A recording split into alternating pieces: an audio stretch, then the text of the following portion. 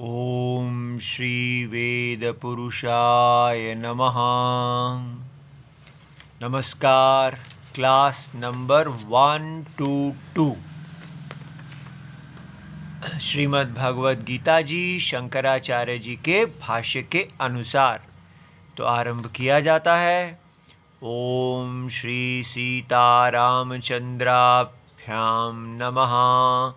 नमो गुरुभ्यः। अथ काल देवता श्री संवत् 2081 वैशाख कृष्ण पक्षः एकादशी शनिवारः पूर्वा भाद्रपद नक्षत्रम् उत्तरायणं वसंत ऋतुः। ओम तत्सत्। श्री शंकराचार्याय गुरवे नमः। सिंहावलोकनम रिविजन। जी तो ये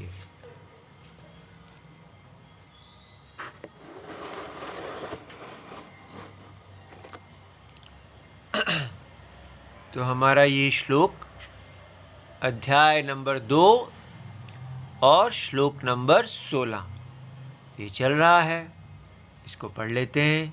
ये बुक है गीता प्रेस गोरखपुर की नंबर 10। इसमें शंकर भाष्य भी है। नासतो विद्यते भावो ना भावो विद्यते सतः उभयोरपि दृष्टोऽन्तस्त्वनयोस्तत्त्वदर्शिभिः। अच्छा जी, तो कल की कक्षा में हमने एक बहुत ही महत्वपूर्ण पॉइंट देखा जिस पे विचार करना बहुत आवश्यक है। वो था कि भगवत गीता का हमारा कल्याण करने की भगवत गीता जी की नीति क्या है, वो किस नीति से चल रही हैं। तो उनकी नीति है कि हमें धर्म में प्रतिष्ठित कर दिया जाए, अर्थात जिस कारण से हम धर्म का पालन नहीं कर पा रहे हैं वो प्रतिबंध दूर कर दिया जाए और हमें वेदोक्त धर्म में प्रतिष्ठित कर दिया जाए। और वेदोक्त धर्म हम जब केवल ईश्वर प्रीति के लिए करेंगे, फल की इच्छा से नहीं करेंगे, वो कर्म योग हो जाएगा और कर्म योग हमें पवित्र करेगा और फिर पवित्र मन में ज्ञान उत्पन्न होगा और फिर हम इस प्रकार क्रम से ज्ञान उत्पन्न करके ज्ञान को पकाएंगे और मुक्त हो जाएंगे। तो सारी कहानी कहाँ से शुरू हो रही है? धर्म में हमें स्थापित करना। बिना धर्म के, बिना वैदिक धर्म में स्थापित हुए कोई कल्याण की आशा नहीं है। ठीक है? वेदोक्त धर्म का पालन करने वाला व्यक्ति ही कल्याण को प्राप्त होता है, इसमें कोई संशय नहीं होना चाहिए। लेकिन आजकल के जो आधुनिक भारत में जैसे भगवत गीता पढ़ाई जा रही है उसमें कहीं भी कोई वेदोक्त धर्म है ही नहीं। ऐसा बना दिया गया है जैसे धर्म तो मनुस्मृति में है, लेकिन भगवत गीता में ऐसा कुछ नहीं है। इसलिए आप मनुस्मृति को छोड़ दीजिए और भगवत गीता जी को पढ़ लीजिए और आपको जैसा आप अपनी देह परायणता के लिए जी रहे हैं, अपनी देह को तुष्ट करने के लिए आप जी रहे हैं, बाज़ार में आप जी रहे हैं, बाज़ार का जो धर्म है वही आप पालन करते हैं, उसको प्रैक्टिकलिज्म कहते हैं। तो बी प्रैक्टिकल इन लाइफ, वो आप करते रहिए। ठीक है? और फिर उसके साथ क्या करना है? साथ ही साथ आपने भगवत गीता का कोर्स कर लेना है, क्रैश कोर्स। ठीक है? तो वो आप एक शॉर्ट कोर्स कर लीजिए, उसमें आपको भगवद गीता की बातें करनी आ जाएंगी। तो और इतना ही नहीं, आप गुरुजी भी बन जाएंगे। इस प्रकार भगवद गीता भी बाजार में मिलती है और धर्म भी बाजार का, भगवद गीता भी बाजार की। क्योंकि आजकल के लोग धर्म का पालन करेंगे ही नहीं, वेदोक्त धर्म को स्वीकार करेंगे ही नहीं, वो तो लोगों को स्वीकार्य ही नहीं होगा। तो इसलिए हमको लोगों की मांग देखते हुए भगवद गीता को बदलना होगा। ठीक है, ये समय की मांग है और यही हमारे हिंदुइज्म का स्ट्रेंथ है कि ये मार्केट की मांग को देखते देखते ये अपने आप को पुनर्मुद्रित करता रहता है, ये अपने आप को बदलता रहता है। इसलिए ये बहुत ही कमाल का रिलीजन है। हाँ, अब ये रिलीजन बन गया है, लेकिन पुराना जो हमारा सनातन धर्म है वो रिलीजन नहीं है, वो किसी बाजार की मांग से भी नहीं बदलता, वो सत्य है, सत्य आत्मा पर आश्रित है। इसलिए क्या किया जा रहा है, भगवद गीता की नीति क्या है? भगवद गीता जी की नीति है कि अर्जुन, देखिए प्रॉब्लम क्या दिखाई गई है। अर्जुन एक क्षत्रिय हैं और वो क्षत्रिय धर्म का पालन करने के लिए युद्ध क्षेत्र में आए हैं। युद्ध क्षेत्र में वो अपने सामने अपने बंधु बांधवों को देखते हैं और उनको देखने पर वो नहीं चाहते कि उनकी मृत्यु हो जाए, और इस प्रकार वो समझ रहे हैं अगर वो मर जाएंगे तो फिर उनके जीने का, अर्जुन के जीने का कोई मतलब ही नहीं रहेगा। तो उनको मार के अर्जुन नहीं जीना चाहते क्योंकि वो उनके प्रिय हैं। इसलिए उनके धर्म में प्रतिबंध आ गया है। तो क्या हो गया है, अर्जुन देखते हैं कि देह की मृत्यु ही आत्मा की मृत्यु है। उनको देह से कोई विलक्षण आत्मा का नहीं ज्ञान है। लेकिन अर्जुन तो वैदिक हैं और वो क्षत्रिय हैं, उनको पता है कि आत्मा जो है वो पुनर्जन्म को प्राप्त करती है। तो ऐसा कैसे हो सकता है कि वो ऐसा सोच रहे हैं कि आत्मा का पुनर्जन्म नहीं होता? तो ये बात देखिए, अर्जुन जी को पता है कि आत्मा पुनर्जन्म को प्राप्त करती है, लेकिन ये उनकी वेद में श्रद्धा है। उन्होंने अभी ये जैसे अब भगवान कृष्ण दिखा रहे हैं तो वो अनुभव में दिखा रहे हैं। यदि अभी भी आप भी अर्जुन की तरह केवल कहेंगे हाँ हाँ हमको पता है, ऐसी हमारी श्रद्धा है, हमने सुन रखा है कि आत्मा जो है वो पुनर्जन्म को प्राप्त करती है, इसलिए आत्मा नित्य है, यहाँ ये नहीं बताया जा रहा। आपको आत्मा को श्रद्धा विषय के रूप में नहीं बताया जा रहा। इसलिए अर्जुन का जो मोह है कि देह जो है उसके मर जाने से उसका जो संबंध है, उनको लगता है कि मेरा संबंध इन व्यक्ति के साथ है, ये मर जाएंगे तो हमारा संबंध टूट जाएगा। ठीक है, ऐसा वो देख रहे हैं और वो आत्मा को अनुभव रूप में नहीं देखते। वो सोचते हैं आत्मा इस समय देह है, देह के अतिरिक्त कौन सी आत्मा है, और जो आत्मा है वो श्रद्धा का विषय है, आत्मा ज्ञान का विषय है, देही आत्मा ज्ञान का विषय है, ये उनको नहीं पता। और शायद बहुत से हम लोग भी हमें नहीं पता है। तो इसलिए हम जब तक बारीकी से ये नहीं देखेंगे कि अर्जुन का भगवान मोह कैसे भंग कर रहे हैं, उनको दिखा रहे हैं कि जिसको आप देह का अनुभव समझ रहे हैं वो देह का अनुभव नहीं है, वो देही का अनुभव है।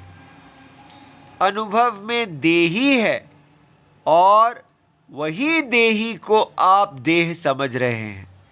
ठीक है, तो वास्तव में वो देही है, लेकिन प्रत्यय में, विपरीत प्रत्यय में वो देह है। इसलिए दोनों ऐसा लग रहा है जैसे अगर एक दृष्टि से देखते हैं तो हम देह हैं, दूसरी दृष्टि से देखते हैं तो हम देही हैं। अगर हम देही हैं तो देह का कोई अस्तित्व नहीं है, और अगर हम देह हैं तो देही का कोई अस्तित्व नहीं है, क्योंकि चेतना तो देह का ही गुण है। ये बात समझ में आ रही है कि जो व्यक्ति सांप को देखता है उसके लिए रस्सी का कोई अस्तित्व नहीं है, उसको लगता है अस्तित्व तो सर्प का गुण है। ठीक है, अस्तिता सर्प का धर्म है। और जो व्यक्ति रस्सी को देखता है उसको लगता है कि सर्प का कोई अस्तित्व नहीं है, अस्तित्व तो रस्सी का है। ये बात समझ में आ रही है कि एक ही अनुभव है। अज्ञानी कहता है यहाँ सर्प है, रस्सी कोई नहीं, कोई रस्सी नहीं है, यहाँ सर्प है, सर्पहा अस्ति। लेकिन ज्ञानी कहते हैं यहाँ पर कोई सर्प नहीं है, रज्जु अस्ति, रस्सी है। तो इसलिए भगवान अर्जुन को दिखा रहे हैं कि आप जो अपने आप को देह समझ रहे हैं, आप देही हैं।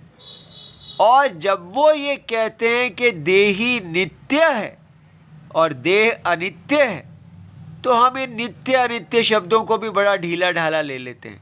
ठीक है, माने देही कभी नहीं मरते और देह मरती है, ऐसा ही श्रद्धा, बस श्रद्धा। ये श्रद्धा जब तक आप रखेंगे तब तक हमारा मोह नहीं जाएगा। ध्यान से सुनिए, नित्य का अर्थ है काल में नहीं होना। क्या आपको दिख रहा है कि आप देही काल के अंदर नहीं हैं?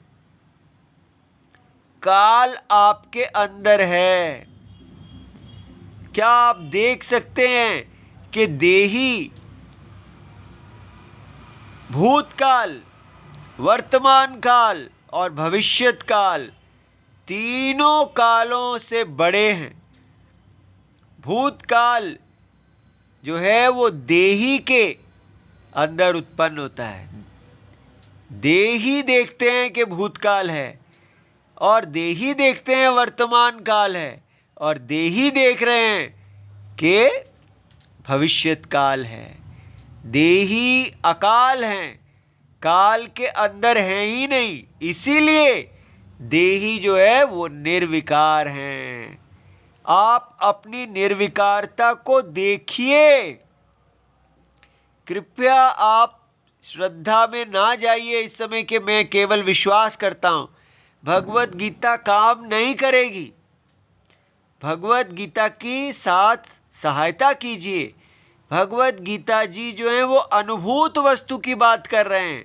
ये ज्ञान का विषय है कि आप जिसको देह का अनुभव कह रहे हैं वो देही का अनुभव है। और वो देही कैसा है? वो देही काल के अंदर नहीं है, क्योंकि जो भी वस्तु काल के अंदर है वो काल के साथ विकृत होती है। जैसे देह काल के अंदर है, माने देह का बचपन होता है तो हम कहते हैं बचपन 2000 इतने में था, युवावस्था फिर 2000 इतने में है, और वृद्धावस्था 2000 इतने में है। इस प्रकार हमारी देह काल के साथ साथ, मेरा फर्स्ट बर्थडे, मेरा मध्य अवस्था का बर्थडे, 50th बर्थडे, मेरा 100th बर्थडे, वो सब जो हम जन्मदिन मना रहे हैं तो देह का जन्मदिन है। और वो बार बार देह की आयु है, देह विकार को प्राप्त हो रही है। देह काल के अंदर है, लेकिन देही काल के अंदर नहीं है। देही काल का साक्षी है, काल देही के अंदर है। देखिए, पूरी जागृत अवस्था देही के अंदर है। साक्षी बड़ा होता है और साक्ष्य छोटा होता है। साक्षी जो है वो व्यापक है, साक्ष्य व्याप्य है। ठीक है, व्यापक क्या होता है? जैसे जल व्यापक है लहरें व्याप्य हैं, लहरें जल के अंदर हैं, जल लहरों के अंदर नहीं है। इसी प्रकार हम कह सकते हैं कि देही काल का साक्षी है, इसलिए काल रूपी लहरें देही रूपी जल के अंदर हैं। इस प्रकार आप जब देही को अकाल काल का साक्षी रूप में देखेंगे, काल के अंदर नहीं है जो, तो आपको एकदम आश्चर्य होना चाहिए कि ये मैंने क्या बता दिया भगवत गीता जी ने। मैं काल के अतीत हूँ, काल मेरे अंदर जन्म ले रहा है। ठीक है, इसलिए काल के आने जाने से देही आत्मा निर्विकार रहती हैं। इस निर्विकारता को देखिए। जब आप ऐसा देखेंगे कि देही आत्मा निर्विकार काल रहित हैं और देह जो है वो काल के अंदर है, तब आप कहेंगे कि मेरे दो स्वभाव कैसे हो सकते हैं। मैं ही काल से बाहर हूँ और मैं ही काल के अंदर हूँ, ऐसा कैसे हो सकता है ये बात। और तो इसका मतलब नित्य कौन है? जो काल जिसके अंदर है वो नित्य है। ठीक है, और आप वही हैं, आप नित्य हैं। आप काल को धारण करते हैं और काल को छोड़ देते हैं। जागृत काल को धारण करते हैं फिर छोड़ देते हैं, वो आप में लय हो जाता है। फिर आप स्वप्न काल को धारण कर लेते हैं और स्वप्न काल के अंदर वो शरीर जो स्वप्न का शरीर है वो वहाँ रहता है। इसलिए जागृत का काल अलग है, स्वप्न का काल अलग है। स्वप्न में आप 100 साल जी के आ सकते हैं और जागृत में कहते हैं अरे मैं तो 2 सेकंड सोया। कितनी अजीब बात है। ठीक है, तो इसलिए ये काल जो है ये साक्षी के अंदर इसका अनुभव होता है। तो साक्षी को ये काल परिच्छिन्न नहीं करता, साक्षी से काल साक्षी के द्वारा परिच्छिन्न है। अब ये बातें सब जानने से हमें कोई इन्फॉर्मेशन नहीं बढ़ाई जा रही हमारी कि हम पार्टी टॉक्स करें। इसको बताने से हमें समझ में आ रहा है कि हम अर्जुन को ये समझ में आया कि मैं अगर काल का भी साक्षी आत्मा हूँ तो फिर मैं नित्य हूँ, तो मैं ये अनित्य के मोह में क्यों आ रहा हूँ? नित्य और अनित्य का क्या संबंध है? कोई भी संबंध नहीं हो सकता। एक काल से बाहर है, दूसरा काल के अंदर है, तो वो काल कैसे हो सकता है कि ये देह जो है ये देही का विशेषण कैसे हो गया? कैसे हो गया फिर कि देह के विकार देही के विकार कैसे हो गए? ऐसा। और फिर आया सत्य असत्य विवेक। तो सत्य असत्य विवेक ने क्या कहा कि ये जो देह आपकी काल के अंदर है और देही काल के बाहर है, ये देही सद वस्तु विषय, सद बुद्धि विषय है। अर्थात ये देही जो है इसकी सत्ता का कभी अभाव नहीं होता। ठीक है, सत्ता का अभाव उसी का होगा जिसका विकार हो रहा है। अब एक देह की सत्ता कभी है ही नहीं और आत्मा की सत्ता कभी जाती ही नहीं है और देह की सत्ता कभी है ही नहीं। तो देही जो है, देही का अनुभव नहीं होने का अनुभव है ही नहीं, देही सदा है। ये सब आपको देखना है। तो फिर ये देही और देह ये दो कहाँ से आ गए?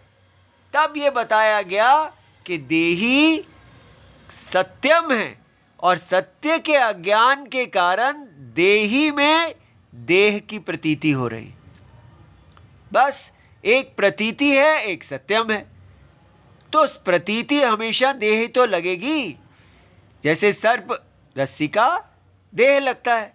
इस प्रकार ऐसा जब आपको बताया जाएगा तो आपके अंदर क्या होना चाहिए कि मुझे मैं इस असत्य जगत का सत्य हूँ, तो इस असत्य जगत के सुख और दुख जो हैं, इसके जो संबंध हैं, उसके प्रति क्या मोह करना। इसलिए ये जो जगत के अंदर धर्म है, उसको छोड़ने का कोई हेतु आपको नहीं दिखेगा। आप अधर्म नहीं करेंगे और हर हालत में धर्म करेंगे। ये बात समझ में आ रही है? इसलिए अगर हम कहेंगे नहीं, हम तो अपनी देह परायणता के धर्म को नहीं छोड़ेंगे, तो फिर क्या फायदा है? ठीक है, भगवत गीता कह रही है देह सत्य ही नहीं है, तो देह को भरने का के लिए आपकी देही का जो धर्म है उसको क्यों छोड़ना। ठीक है, देही जब ये आत्मा को धारण कर रहे हैं, तो इस देह को धारण कर रहे हैं, ये देह यज्ञ रूप है। इस देह में सबका धर्म है। ये जो ब्राह्मण, क्षत्रिय, वैश्य, शूद्र इत्यादि, ये सब धर्म है, वर्ण आश्रम धर्म है। इस वर्ण आश्रम धर्म को हमारा मोह ही है, हम जिसके कारण हम पालन नहीं करते। तो मोह के छूटने पर ये धर्म हमें दिखना चाहिए और सरलता से हमें इस धर्म को पहनना चाहिए।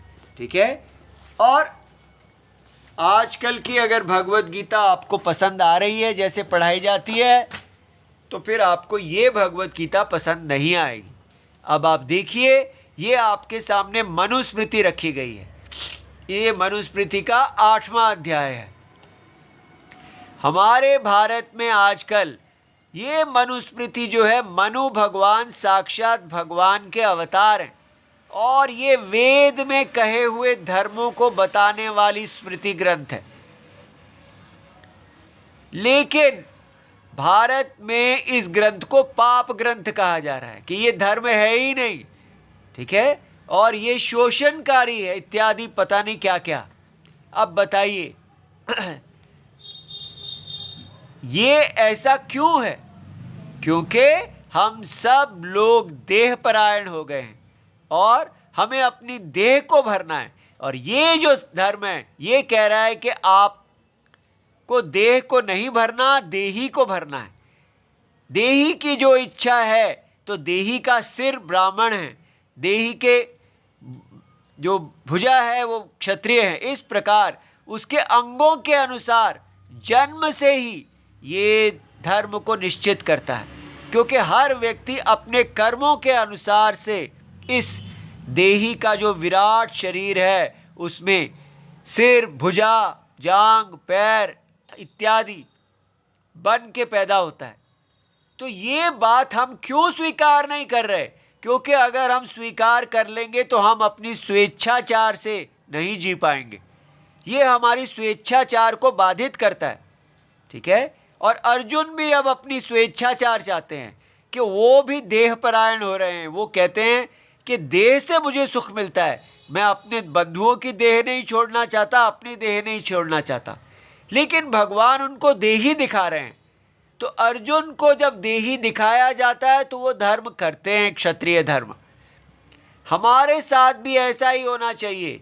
ये जब हम भगवत गीता सुन रहे हैं तो इसको सुनने के बाद हमें ये जो वेदोक्त धर्म है, वर्णाश्रम धर्म, उसका महत्व समझ में आना चाहिए और हमको उसको प्रतिबंध रहित, जैसे बहते हुए पानी के अंदर पत्थर रखा जाए तो पत्थर निकालने पर वो पानी बहता है, उसी प्रकार जब हमारा ये पत्थर निकाल दिया जाएगा कि ये संसार सत्य है ही नहीं, ये देह सत्य है ही नहीं, तो इस देह को क्या भरना।